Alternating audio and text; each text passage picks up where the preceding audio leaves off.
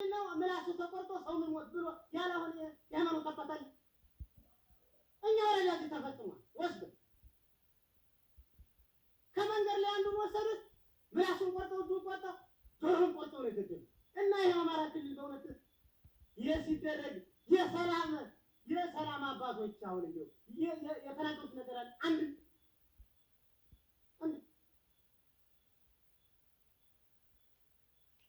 ስለዚህ ሁሉም የየድርሻውን መውሰድ አለበት።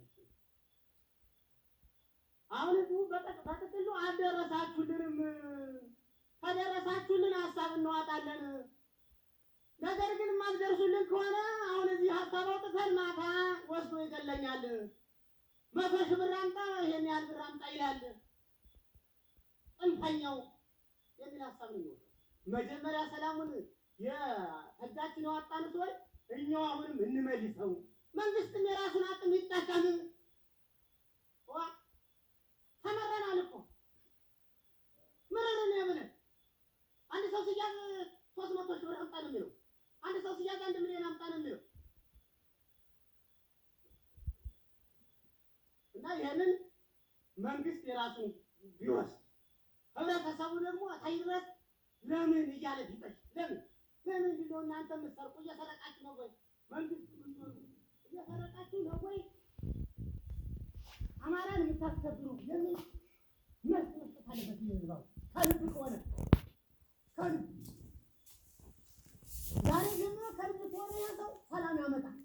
ትምህርትን በተመለከተ መምህሮች ቢወስዱ መምህራን መጀመሪያ ንጹህ ይሁን። ልቦናው ንጹህ ከሆነ መምህራን ማስተማር ይቻላል።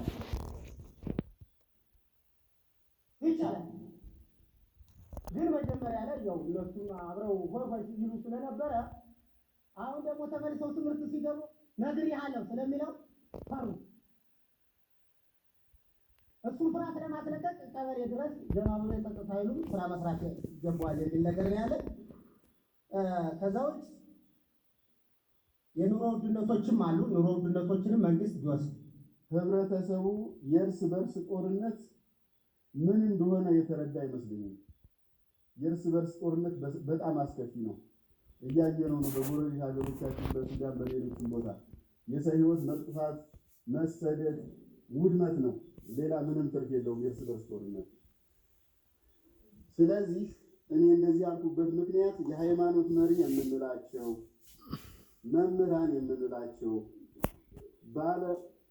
ባለ ሀብት የምንላቸው የሀገር ሽማግሌዎች ወደ ሰላም እንድንመጣ ከመስራት በተቃራኒ ጎን ቁመው ችግሩ እዚህ እንዲደርስ ከፍተኛ ሲሰሩ ቆይተዋል።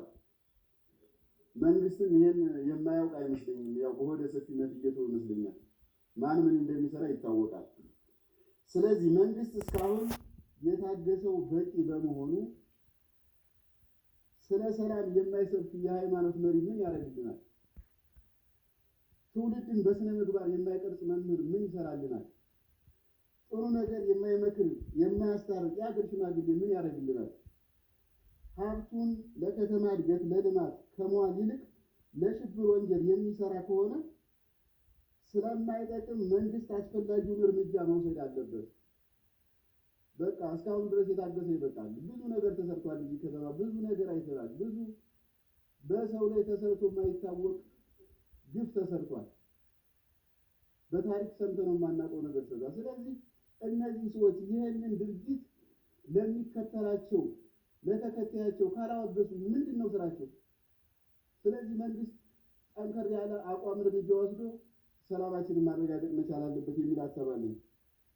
የታጠቁ ኃይሎችን በተመለከተ መንግስት ለታጠቁ ኃይሎች የሚያደርገውን የሰላም ጥሪ ሳላደንቅ አላልፍም። ይህ የሰላም ጥሪ አሁንም እንዳይቆም ይቀጥል። በሰላማዊ መንገድ መጥቶ ኑሮውን የሚመራ ጽንፈኛ ካለ መጥቶ ወደ ሰላም መንገድ ይግባ።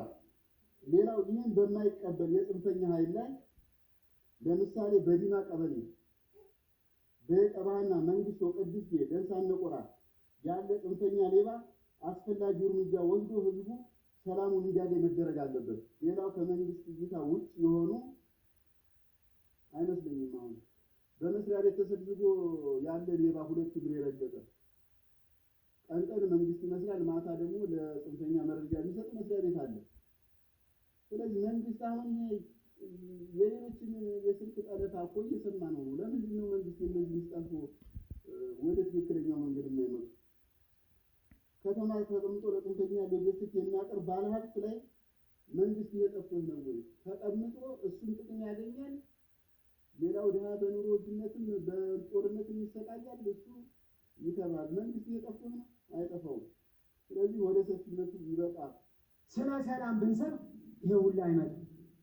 ልጆቻችን ናቸው ይሄን አርጉ ይስሩ ብን ይሄ ሁሉ ይፈጣል። ያ በወቅቱ መከላከያ ደረሰ፣ አድማ በትን ደረሰ። አመራሮች ጠንካራ በመሆናቸው ተመልሷል። እንዳመጣጡ እቺ ከተማ ትወድም። አሁንም ግን እቺን ከተማ ለመመለስ ይሄን ሰላም ለማምጣት ማን ነው ኃላፊነቱን መውሰድ ያለበት? እኛ ነን። ህዝቡ ነው ኃላፊነቱን መውሰድ ያለበት። የእምነት አባት ከፖለቲካ ውጣ።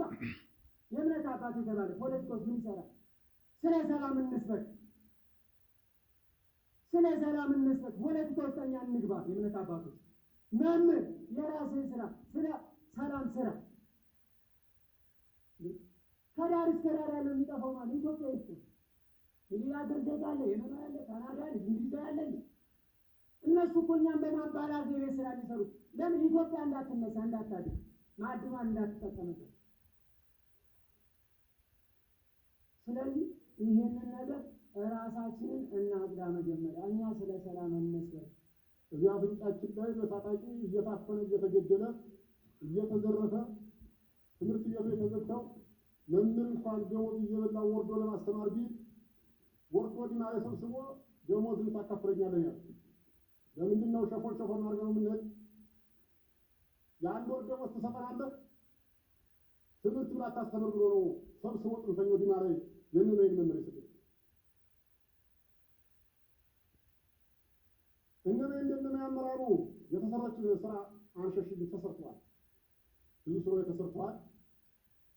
የሀገር መከላከያ ጀግናው ገብቶ ዛሬ እዚህ ደረጃ ቢያደርሰንም ከፖሊስ ከሚሊሻ ከጥምር ኃይላችን ጋር መስዋዕትነት ተከፍሎ እዚህ ደረጃ ደርሰናል። መጀመሪያ ሰላም ነው መቅደም ያለበት። ጽንፈኛ ማን ነው? ጽንፈኛ ወንድም ነው። እንመልሰው። ጉዳችን ይዘው ቤታችን ያለ ያክስት አጎት ልጅ ወንድሙ ያረግበት አለ። ለምንድን ነው የምንገዳደል? ፋኖ ሲባል የምንሰማ ጀግናው በነበረ ዘለቀ ሀገር ስትደፈር ኢትዮጵያን ጣሊያን ወረራ ብሎ 5 ዓመት አንበር እኮ አድዋ ላይ ታሪክ ሰርቶ ነው። ሸኔ የሚባል ቡድን ከዛ ቢወጣ ለሸኔ አቀባይ ከምሸኔ የለም ያለው ጉድ አለ። እምናያለን የቤት ድንገራ ሰው የሚፈዳቸው በሌላ ቢሸጥ በራሱ ለሸኔ ደውለን ከነታርጋ ቁጥሩ ከነመቼው ካርጋ ከነ ሰውየው እናዝዘዋለን። ስም ይቻል ደሞ ሲደረቁ ይፋል ጋጦ ላይ የተያዘ ፍቼ ላይ የተያዘ ከነታርጋ ቁጥሩ ወጥቶ ሸኔ እዚያ ይፎት ነው የታፈነ 3 ሚሊዮን 2 ሚሊዮን ሸኔና አየና ደግሞ ፋኖ ብሎ መሰረተ በአማራ ክልል አዞረና ወደ ባህር ዳር አፈሙዝና አዞሮ ድጃፍናል 3 ሚሊዮን አንጠላል። እውነት ለአማራ ህዝብ ተቆረቆረ መረጃ ሰጠ ተብሎ ሰው በሚስማር ደረቁና ላይ ይመታል። እውነት ክንድ ተቆርጦ የአማራ ልጅ ለአማራ ታገኝ ይባላል። 2 ዓመት ከ3 ወራችን ትምህርት ተዘግቶ ለአማራ ታገልኩ ይላል። አራታው ብቻ ከተማ እንደነ ያራታው አረጉዳችን ነው ነው እንተራረቅ አንገዳለን። ሙስሊሙም ክርስቲያኑም ቄሱ እንስበከ ሲለ ሰላም እነዚያ ሰማን ወንድሞች ናቸው። ለምን ይሞታሉ? ከዚህ ስለምንድን ነው የሚሞት ጀግና? ሰው እንደ ቅጠል የሀገር መከላከያ ድንበር ላይ የሌላ ጥራት ይከራከራል እንጂ ኢትዮጵያ እንዳወራት የኛው ልጆች በእኛው ልጆች እናት እኮ በገዛ ልጇ ተወጋች። አንድ ሙዝ ምሽጥ ሻይ ሸጣ ብታድር ብቻና ላይ ካፈኑ ልጇ 600 ሺህ ካላመጣች ተብሎ ተገሎች ዳነበረ ታወደቀ። ቃሉን አልሰጠም ይችላል የነመይ ልማቱ ነገ ጎን በጎን አሁንም እየተሰራ ነው። አልመለስም ምን ሰሯለን? ቅድሚያ ሰላሙ ነው ቅድሚያ አለበት። ከዚህ አዲስ አበባ ሲሄድ መኪናው ጭኖ በሰላም አይመለስም። ከዚህ ወደ ባህር ዳር ቢሄድ አብዛኛው ተቃጥሏል። ጎተራ ቀበሌ ወክዬ እነመኝ ነው የምናገር። ጎተራ ላይ ስንት መኪና ነው የተቃጠለ? ምናምን ሰው ነው የግለሰብ መኪና አይደለም እንዴ? ተፈለቃነ ሰሊጥ ተቃነ 350 መኪና ከጎተራ ቀልማ ድረስ ታግዶ ጎማው በጥይት ተመቶ ሹፌሮች አልሞቱ ተደብሮ ጎተራ ላይ አለባብሰን ምንድን ነገም የኛ ነው እነመኝ ቤተክርስቲያን ምጽዋት ይሰጣል። 50 ሺህ ብር አሁን አንዱ ተብለን አልተይዘንም። መስጊድ አልተይዞም። 6 ሺህ ብር ከአንተ የገበረ የከፈለ አርሶ አደር 10 ሺህ ብር 16 ሺህ ብር 16 ሺህ ብር ተቀብላለህ። አሁን በየገበሩ እየተማረ አይደለም ያለው መጥተኛው ፈርቶ ነው ለመናገር። ነገ እንደዚህ አርጎ ተናገረ ከብሮ እሱም ያጣው ልጁን አክስት አጎቱን ያፍንበታል ገጠር። እኔ ግን ተናግሬው እሞታለሁ። ወላድና ትደፋ እንድትሞት አምቡላንስ አልተቃጠለም። ሰነማያውን ወደ ገጠር አምቡላንስ አዶ እናት ታዲያ ይመታ ትታከማለች። ኧረ ነጭ ነጩን እናገር፣ እውነቱን ተናግረን እንሙት። ከዚህ ባለ ሀብትም ሆነ አመራር ደብረ ማርቆስ ወይ ወላድ አሁን አዳ ትመጣለች። ለምንድን ነው እውነቱን ብለን ነገ እዚያው ወደ እጃችን ላይ ማንሞት? ለምን እዚህ መድረኩን እጃፍ ላይ አልሞትም?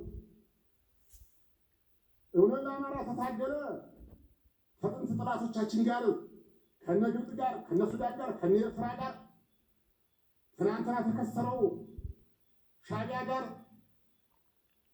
በቀይ ግዛት ኢትዮጵያ ልትገዛ ምን እየተደረገ ነው? መሪዎቻችን አሁን ኢትዮጵያውን እያዋጉ ነው። የት ነው ያሉ? በቀይ ግዛት እኮ ሀገር ልትገዛ ሴራ እየተያዘባት ነው እኮ። ለምንድን ነው ጅልን ማንለው? ይሄ ይስተካከልልን። አሁን ቅድሚያ ሰላማችን ይከበርልን። ሰላማችን ይከበርልን። በኢትዮጵያ አምላክ በባንዲራው አምላክ ሰላማችንን አስከብሩልን። አላቃታችሁም። እንደሚያቅተው ጀግና መከላከያ ኃይላችን እንደማያቅተው አውቃለሁ። የክልል አመራራችን በሌላውም በተለያየ የፖለቲካው መስክም እንደማያቅተው አውቃለሁ። ነገር ግን የለዘበበትን ሚስጥር ማወቅ እፈልጋለሁ። አባቶቻችን ምን እየሰሩ ነው? የሙስሊሙ የክርስቲያኑ አይመክሩም? አይዘክሩም? ሽማግሌዎቻችን አይመክሩም?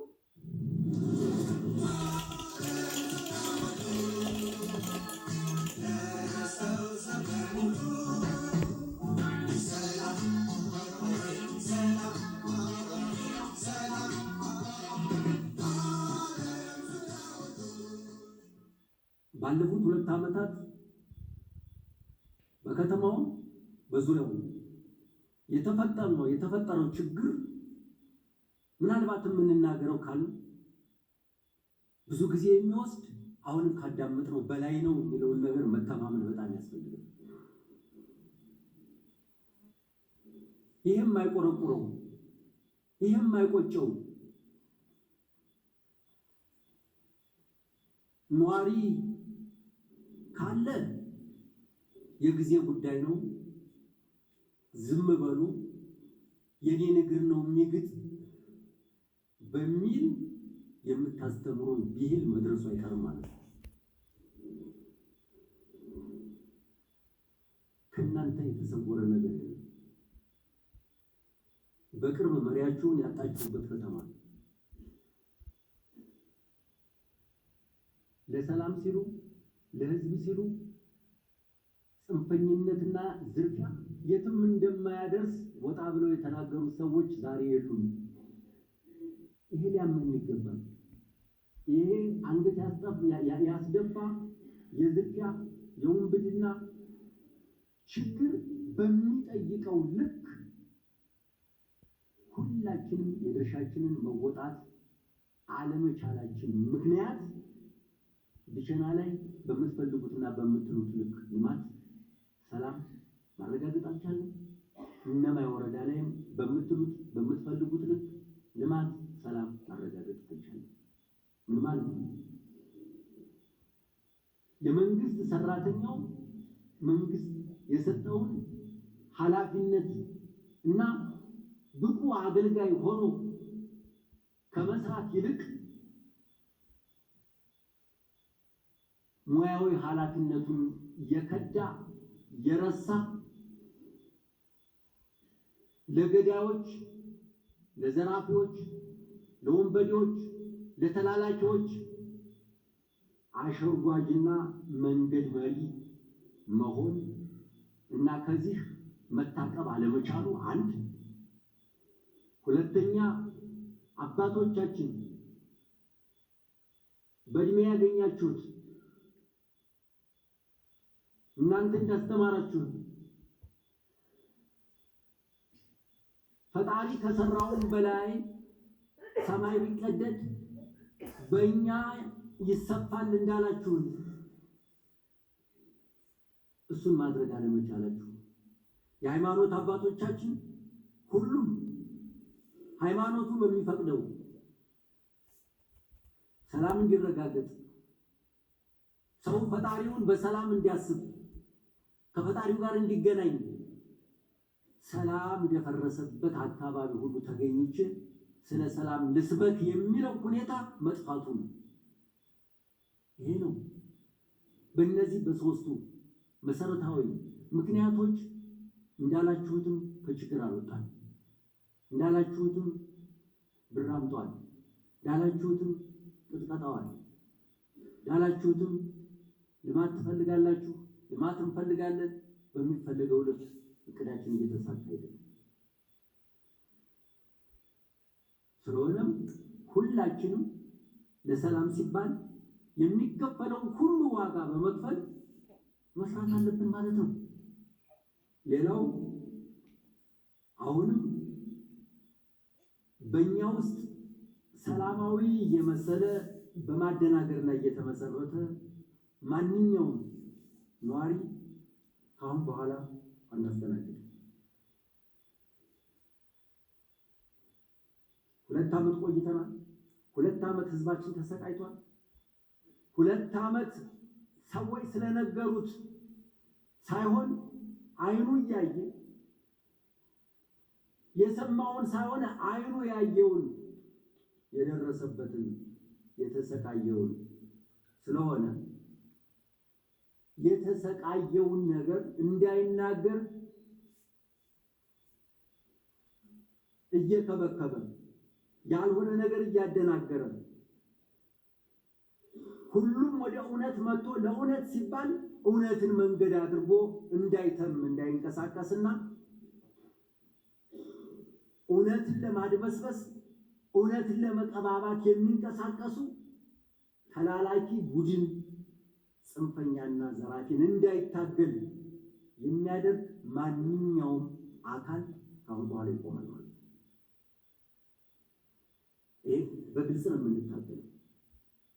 ህዝባችንን አንገት ያስደፋውን ቆሻሻ የሆነ ድርጊት እንጠርጋለን። በአጭር ጊዜም ሰላማችንን ስለምናረጋግጥ ያነሳችኋቸው የተጀመሩ የልማት ስራዎቻችን ይቀጥላሉ። ህዝባችንን ይዘን ማንሻገረው የለም፣ እንፈጽማቸዋለን። ሰላም ለሁሉ ነው። ለአንዱ የምትሰጠው ለአንዱ የምትከለክለው አይደለም። ሰላም ለሁሉ ነው። ያለ ሰላም ልማት የለም፣ ህይወት የለም። ያለ ሰላም ያመረትከውን ምርት ራስ መጠቀም ብሎ ነገር የለም። ያለ ሰላም ግብርና የሚባል የለም። ያለ ሰላም ወደ የምትፈልገው ሀገር በነፃነት መንቀሳቀስ የሚባል ነገር የለም። ያለ ሰላም የእምነት ቦታዎችም አይከበሩ፣ አይቀደሱም። ስለዚህ ሰላም ለሁላችን ያስፈልገናል። ለዚህ ነው የምንነጋገረው። በጣም አሳፋሪና ወራዳ ዘመን ነው። አባት ይከበራል፣ ይለመናል። ከፈጣሪ በታች የምናያቸው አባቶቻችን ለምን ይረሸናሉ?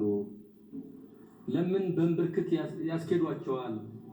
እያልን እኛ ማዶ ሆነን ወታደር ሆነን ለዛው እየተናገርን እየጮህን እዚህ ያለ አባት ዝምታ ከመረጠ ዝም ብሎ ማለቅ ካልሆነ በስተቀር የሚመጣ መፍትሄ ያለ ወይ ነው። ሁሉንም ማስተማር ይጠይቃል። ሁሉንም መገሰጽ ይጠይቃል። ድርጊቱን መኮነን ይጠይቃል። ጀስት ምንድነው እየተባለ ያለው? ከዛ ወጣ ብለን መጸለይ ይጠይቃል። ፈጣሪን መለመን ይጠይቃል። በየእምነት ቦታው ከየሰፈሩ ተለቃቅሞ በወጣ ወንበዴ ነው ህዝቡ እየተበላ ያለው። የእምነት ቦታችንም እየተደፈሩ ያሉት። ይሄን አቤት ማለት ነው ማለት የሚከፈል መስዋዕትነት ሊኖር ይችላል፣ ግን ፈጣሪ ሰምቶ ያቀዘቅዛል። እኛ ይሄን ነው የምናምነው። ከዚህ ህዝብ ነው የወጣነው። ከዚህ ሃይማኖት ነው የወጣነው። አገራችን ዳር ድንበራችን ይጠበቅ ስንል ውስጥ ያሉ እምነቶቻችን እሴቶቻችን ይጠበቁ ማለታችን ነው። አባቶቻችን ይጠበቁ ማለታችን ነው። ህዝባችን ይረጋጋ፣ ሰርቶ ይብላ፣ የትም ሀገር ይንቀሳቀስ ማለታችን ነው። ትክክለኛ መስመር በማበጀት ህዝባችንን ኑሮውን ሊያሻሽል የሚችል አገር በቀል የሆኑ አዳዲስ ሀሳቦች ይዘን የሀገራችንን የጉስቁልና ጉዞ ለመቀልበስ ከፍተኛ ትጋት ላይ ባለንበት ሁኔታ ህዳሴ ግድባችን ከተንገጫገጨበት ያስመረቅንበት ሁኔታ በብዙ የልማትና የመልካም አስተዳደር ስራዎቻችን ጅምሮቻችን በአጭር ጊዜ እቺ ሀገር ትልልቅ ሀገሮች የደረሱበት ተርታ ልትደርስ እንደምትችል የሰጉ ታሪካዊ ጠላቶቻችን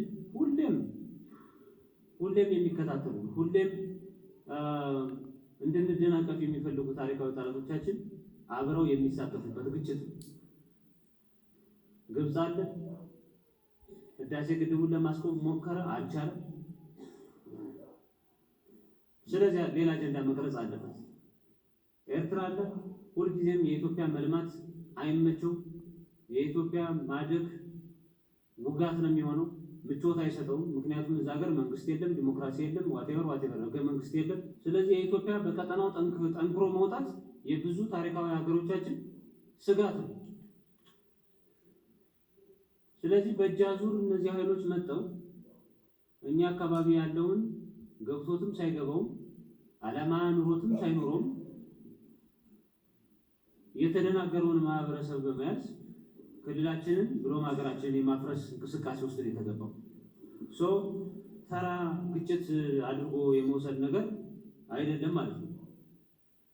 ይሄ ጉስቁልና እንዲያቆም